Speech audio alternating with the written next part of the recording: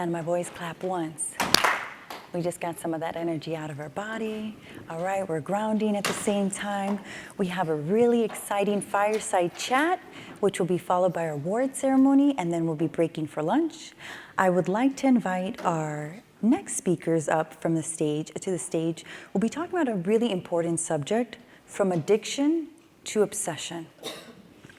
Please put your hands together to welcome Neal Thakkar and Mark Vinch.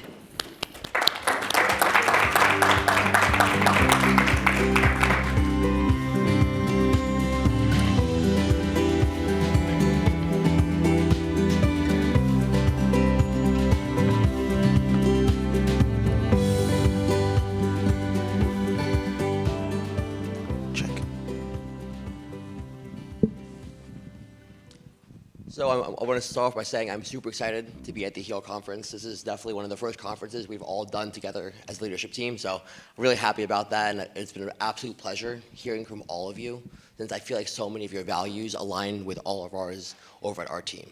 So, Neal, addiction to obsession. When you hear that title, what does it make you think? Yeah, so it's a great question. It means the world a lot to me. And just before I get into it, I also just want to make a mention of how blessed and honored I am to be here and hear everyone think, and to be with my two of my best friends building a business in here. But yeah, so from addiction to obsession, how many of you here either have struggled with some type of addiction or know someone who's struggled with addiction? Just give me a show of hands. Right, so wow. Yeah, wow, unbelievable, right? So that's most of the room here. So I think it's cool that we're now in a place where we speak about it a lot more openly. Would you agree with that, Mark? No, absolutely. I feel like when I was a kid, and not saying I'm old now, but when I was in high school, no one really openly talked about addiction or mental health. It was still kind of something that was taboo. Even personally myself, a lot of the mental health issues I dealt with, I didn't even start to deal with or cope with until my late 20s, early 30s, just because I was scared to admit to anyone, curious on how it would affect my personal life, my professional life, and just having that stigma behind it. So I'm really happy it's definitely more at the forefront now. Absolutely. So, when it comes to addiction, I say this somewhat jokingly, but somewhat seriously. Like, I was fortunate enough for my addiction to be something that is potentially lethal, and that I suffered from drug addiction. I've been clean for quite some time now, and I think that because my feedback is relapsing on a substance that can really physically harm me, I have to always take immediate action with it. Whereas I think some people are struggling with addictions that could plague them for months, years, and even their whole life. And that's really scary, whether it's, compulsive social media scrolling till you waste your life away, or, compulsive TV watching, or sugar addiction, or something like that. That's really something that could just continue to plague your life for the rest of your life. But yeah, as far as like the name addiction to obsession, I was personally able to take my story of being addicted to drugs, overdosing, almost passing away, to making the conscious choice to say, hey, like, I want to transform. And what we have now here, and what's beautiful is everyone in this room is doing something associated with transformation. But we have what I call a transformation company, EVOLVERE, evolve. That's what it means. And so, yeah, by the grace of God, I was able to turn my life around and take my addiction and turn it into a positive obsession in building a company. So that's what I'll say. It does touch me that we had the opportunity to do that. I absolutely love that. Now, Neal, I know your story. These people do not know your whole entire story. But that being said, when you were at rock bottom, you obviously made a very big life change that led to the current trajectory that you're on right now. Yeah. Now, that being said, like, making change at the beginning sometimes is a little easy, but being able to stay with that change and stay on that path is the most challenging part, since most people statistically relapse and fall right back into the path they were in before. Yeah. What kept you on, like, your North Star? What kept you focused, man? Yeah. So, I think we all, many of us can relate to having moments in our life where, we have a transformative decision. Now, for me, it was one last relapse, I want to say maybe like 9-10 years ago, where I was just looking up at the ceiling My heart felt like it was beating out of its chest. And I felt this moment of peace and ease knowing that I made the decision at this point that I was going to get clean. Now, fortunately for me, I didn't have any birds shitting on me in that moment, right? But, so I had a rainbow fan, but there was no birds.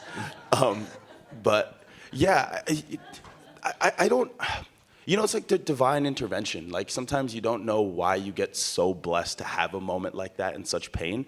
But I just remember so clearly, I said like, this is it. I'm getting clean. I didn't really know what that actually meant in terms of action. But I think when you make a decision to do something with that divine overlook upon you, the actions just kind of sort themselves out.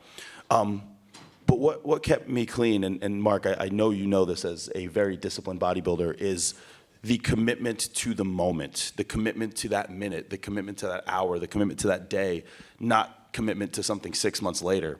So for me, the first 6 months or so, I would say, after getting clean of pharmaceuticals, every morning, I would take a shower. I took a cold shower. I don't know who does cold shower therapy here. Did anyone do cold shower? There we go. Right. Every day when I got out of the shower, first thing, I would say, thank you, God, for another day clean. Right. And I said, the only thing that matters today is me staying clean. It doesn't matter any academic commitments I have, any athletic commitments I have, any entrepreneurial commitments I have. Like, yes, they matter, but I'm not worried about those. Like, my win today is staying clean, and that's it. And so even, when we work with our team, right, when we work with clients, coaching clients, like, one thing at a time, right? Yeah. And so for me, that one thing at a time was getting some small wins. And for me, the small win was staying clean, right? Then it was making your bed every day, right? Then it was just the little wins that stack up until all of a sudden you have a bunch of momentum, right? And you're like, wow, if I can keep this promise to myself, then I can keep every promise to myself. And then that's where bodies are built and companies are built and books are written and magical things happen. So what about you, Mark? No, I have to agree, man. Like, it's stacking those small promises, right? It's when we have the ability to keep small promises to ourselves, it makes it much easier to obviously commit to the bigger ones. And when you can actually trust yourself, everything starts to be kind of magical and kind of lined up. Yep. And like going into that, I know I talk about ADHD and my depression is my superpower. Like that's something I use and channel in the most advantageous way as possible. Now, obviously being an ex-addict, do you feel like your addiction is also a superpower?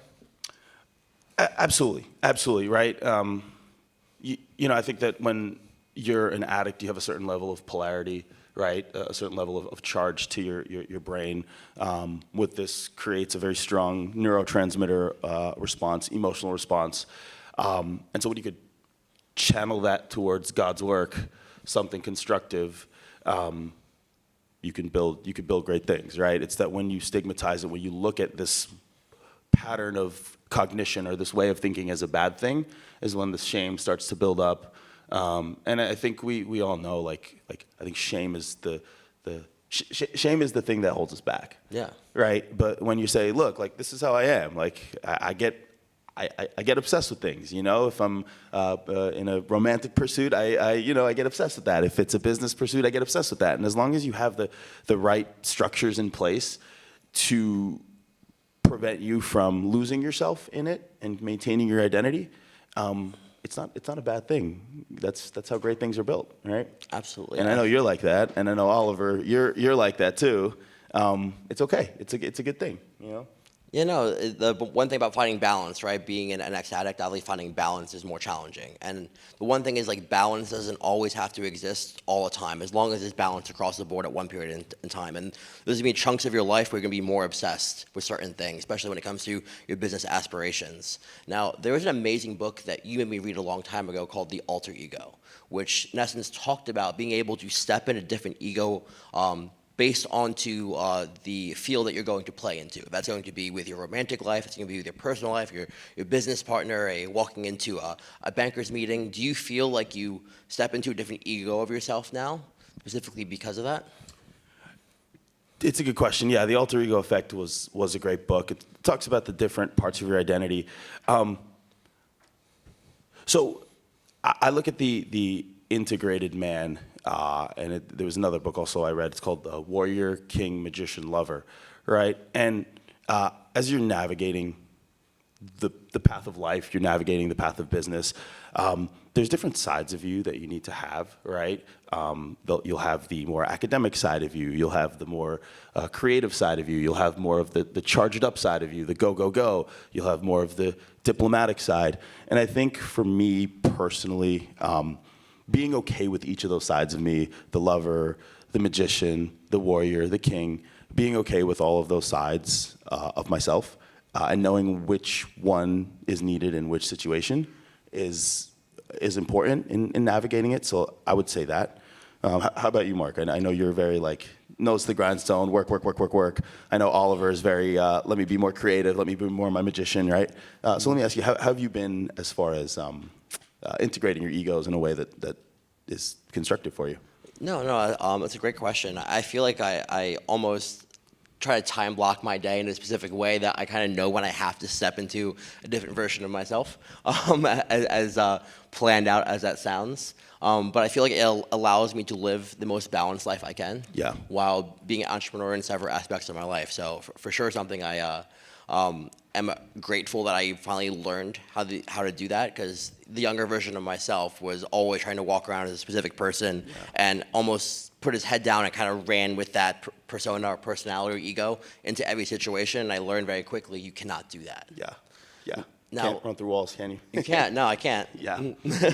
But that being said, spirituality was something I didn't embrace until much later in my life, and I definitely have to thank you for that. Now, almost daily, I meditate and do some type of breath work. Now, when it comes to spirituality, I know that's a big part of your life, but can you explain how that impacted you to help with the transformation? Absolutely. And I also do want to show of hands here. How many of us have some type of meditation, breath work, or prayer practice every single day? Oh, that's beautiful. That's beautiful. Yeah, that's a hand. That hand's going up there. Absolutely. Yeah.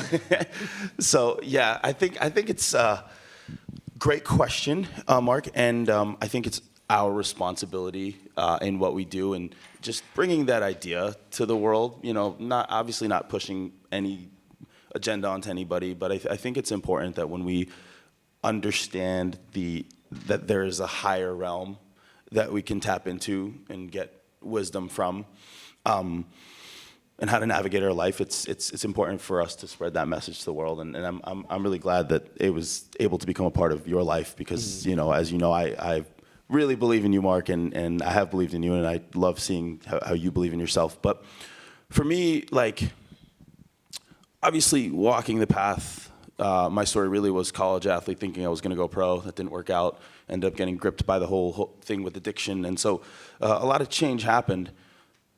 When you go from being on top of the world to being at a rock bottom, you know that clearly you were not doing something right? And at a certain point, you say, okay, I'm spiraling downwards, and I don't know what to turn to. I tried stopping taking these pills so many times. My own efforts are not working clearly. So there's got to be another source of power that you can turn to. And I think that tapping into spirituality, into meditation, into prayer, into stillness, into quietness, and realizing that you have what I would call an SOP for life coming from your heart. And it's like you have this voice telling you the right thing to do at all times, always.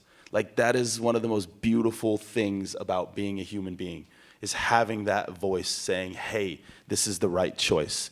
This is full integrity. This is honesty. This is love. This is care. This is compassion. This is selflessness. You have that voice talking to you at all times, always, if you listen for it. And spirituality has opened the door to being able to access that. And then now the baton gets passed over to me and says, hey, Neal, now it's time for you to do the work and listen to that voice. And I know that you've had many experiences where that voice is talking to you and it's loud and clear and you know exactly what to do. So it's beautiful. Spirituality gives you the stillness and the capacity to hear the voice that tells you exactly what you need to know. It tells you that you're bigger than any of the problems that you face, even though maybe the solution isn't right there. So, and I'd love to ask you that same question, Mark, because although I see you committing to these practices, sometimes you're not as open to talking about them, but I got you here on stage now. So. I guess you do. I got you, man. So A show of hands. Who in this room battles with some type of mental health issue? Right? Beautiful. Thank you for the openness, by the way. Yeah, I appreciate that. So I'm someone who suffers from schizoaffective disorder, which is a combination of depression and schizophrenia. So for me, one of the big things I deal with is big ups and lows. And those low days obviously are not the best days ever, and you get stuck in a certain thought loop, and you're having the hardest time trying to shake that thought loop. And sometimes grabbing something cold isn't enough. Sometimes being mindful is enough. But I find that breath work is the one thing that can actually calm me down enough and center me so I can actually move on with my day compared to being paralyzed in that rut. And just finding that was mind-opening for me. Like, that was the biggest change, because like I would have those days where you don't want to do anything. And the one thing that I guess I learned from breath work is that, like, okay, like you may feel like that now, but like just give yourself 30 minutes to be the person you want to be. And that makes a big world of a change for me. It truly does. Honestly, like, that's why I say depression is my superpower, because I have the ability to bypass or get around that rut. And then I know, okay, the rest of the day cannot be worse than the first hour of my day now. It can't be. So like, I can do anything. And that's the beautiful thing about it. So like, that's the one thing I took away from being more spiritual. And I'm someone who, I would always say, like, I was an atheist for the longest time. And I don't know what I believe in, but I definitely know that spiritual practice has made a huge impact in my transformation. And thank you for that, man. For sure. Of course. And that being a thing, now, obviously, being a CEO of a CPG company is very challenging. Obviously, stepping into a leader very quickly is a challenging thing as well. Now, obviously, with our team, we try to spread some of this awareness. Now, we have something in our company called the Personal Development Chat. Can you please tell them about the Personal Development Chat? Oh, it's fun. It's a lot of fun. So it's cool. We have a team now of, I think, like 25. It grew from 3 to 25 in the span of 2 years, and it's cool because we have people, from our partner. I met him online. I met him when he was 19 years old, and it's been quite a few years. So seeing him grow is just a dynamite genius from Canada, but he was a nomad traveling all over. And then Mark, is my big cuddly bodybuilder friend, and then we got employees in the Philippines and South Africa, and so it's a bunch of misfits that grew a multi-million-dollar company in the supplement space, but in the personal development transformation space.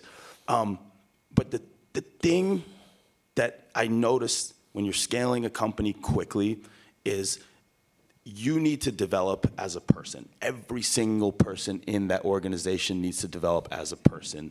And so personal development comes before profits. Oh, that's good. That's a good one. That's a good one.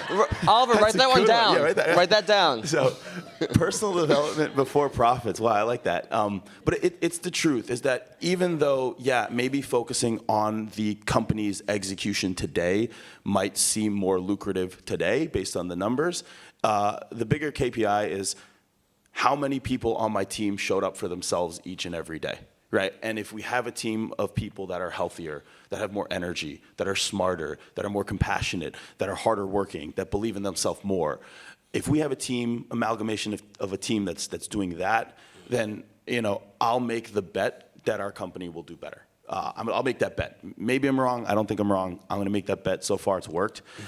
And yes, our personal development thread is people sending selfies of them meditating, selfies of a somatic breath work of them crying. And then at the end of every month, whoever posts the most times in there, we give a little award at the end of it. So it's cool. And right now we got one girl who's like 3 months in a row. She won the award. And it's just crazy to see her growth, because she's reading books a lot more. She's meditating more.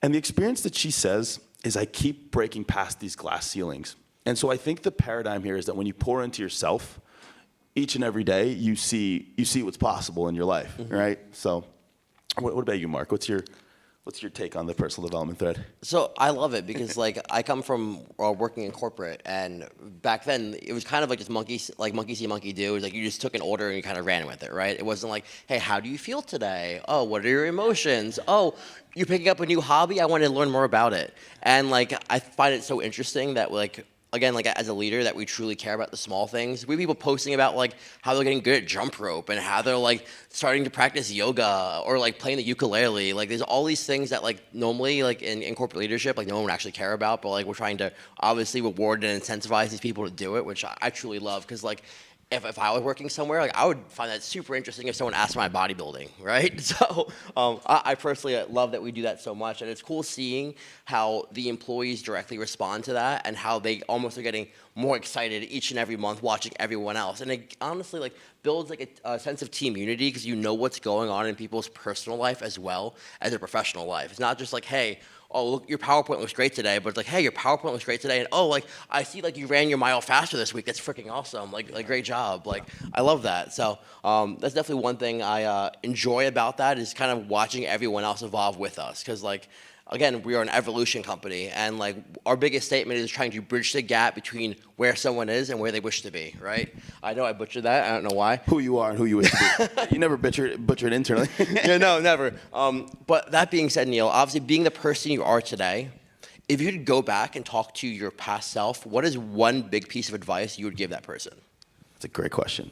That's a great question for all of us, I think, to ask ourselves.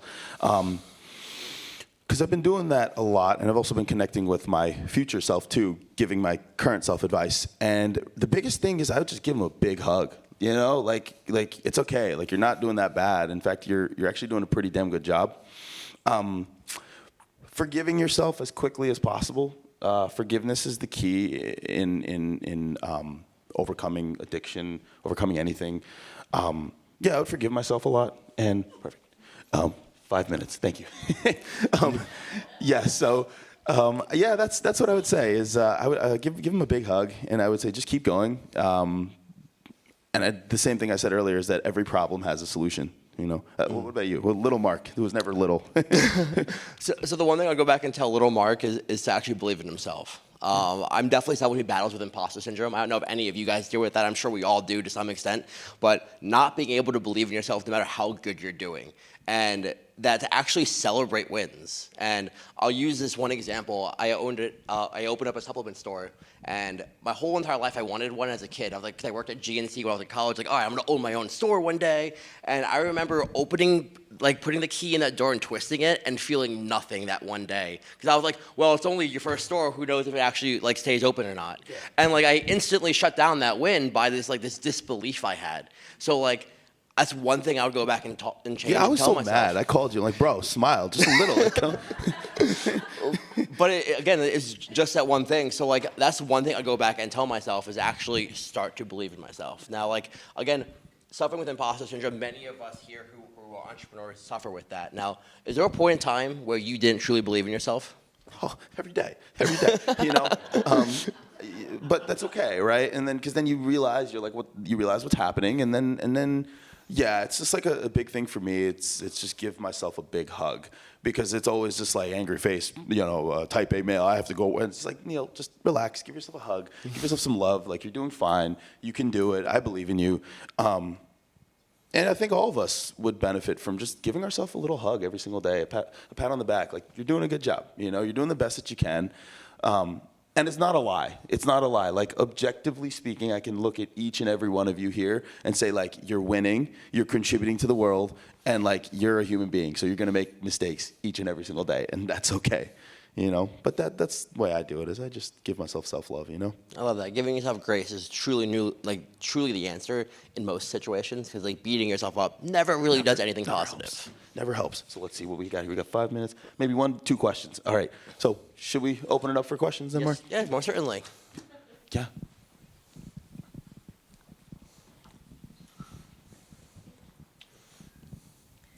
Thank you. I'm really enjoying your fireside chat. But Neal, you had mentioned about being an athlete was it college? Yes. So what advice would you give to the athletes? Because I work in that space, and we really see a lot of them struggling with their mental health, and then it turns into substance use disorder, and it's just not even in college. We're seeing it in high school. So what advice would you give to not only the athlete, but to those in their life, like the coaches and their parents? That's a fantastic question and observation, and something I think needs to be talked about way more, especially like athletes in high school that are thinking about going to college.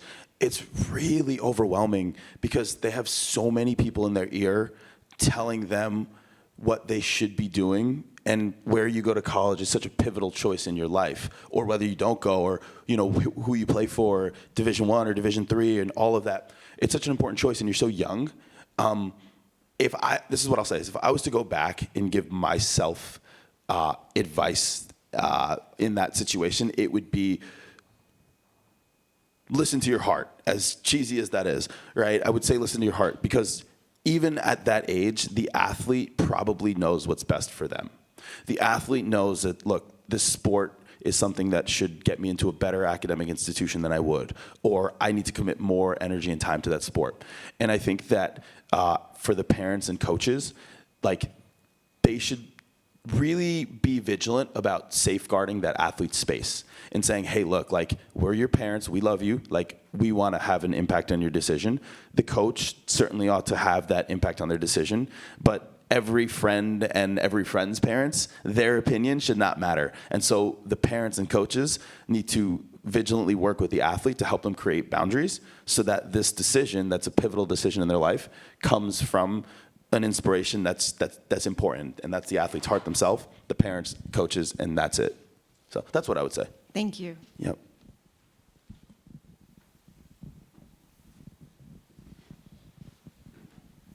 Hey, y'all. So, Neal, you kind of talked about meditation. I know that y'all are in the middle of fundraising where it can be easy to spend all the time. Like just the other day, you're like, I don't know if I can go to dinner because I feel like I should be fundraising.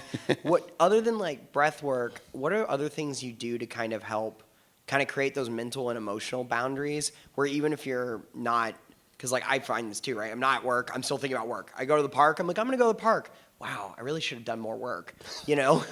And it's just like, it just starts to invade everything. And I think it's so salient to what you're talking about, especially when you love what you do, when it can be easy to blend because you guys both love it. And what do you two do to like help create those mental boundaries? For sure. That's a fantastic question. Well, one is to surround myself with people like you, right? Because like yesterday, you said, "Hey, no, you should go to dinner. You don't need to fundraise," right? Mark is certainly not as gracious in his communication and delivery. But if I will skip the gym, he'll just be like, "Go to the effing gym." Like, okay. So, but it comes from a place of love and care. Oliver is like that too. We're very direct but very loving towards each other.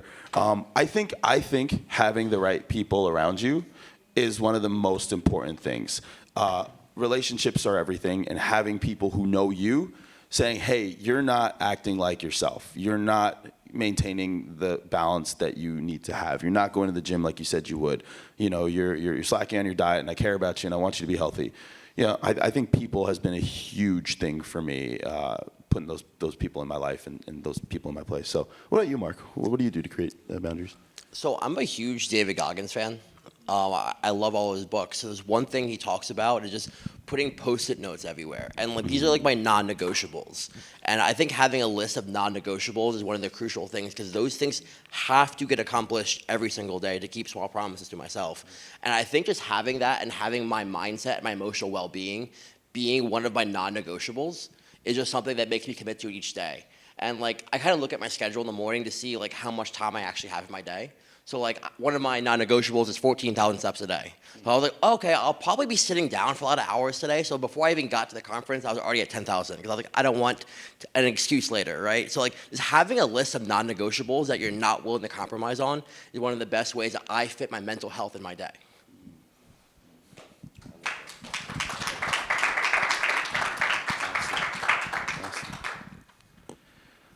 Anyone else? Any other questions? I think we're good. Yeah. Thank you guys so much.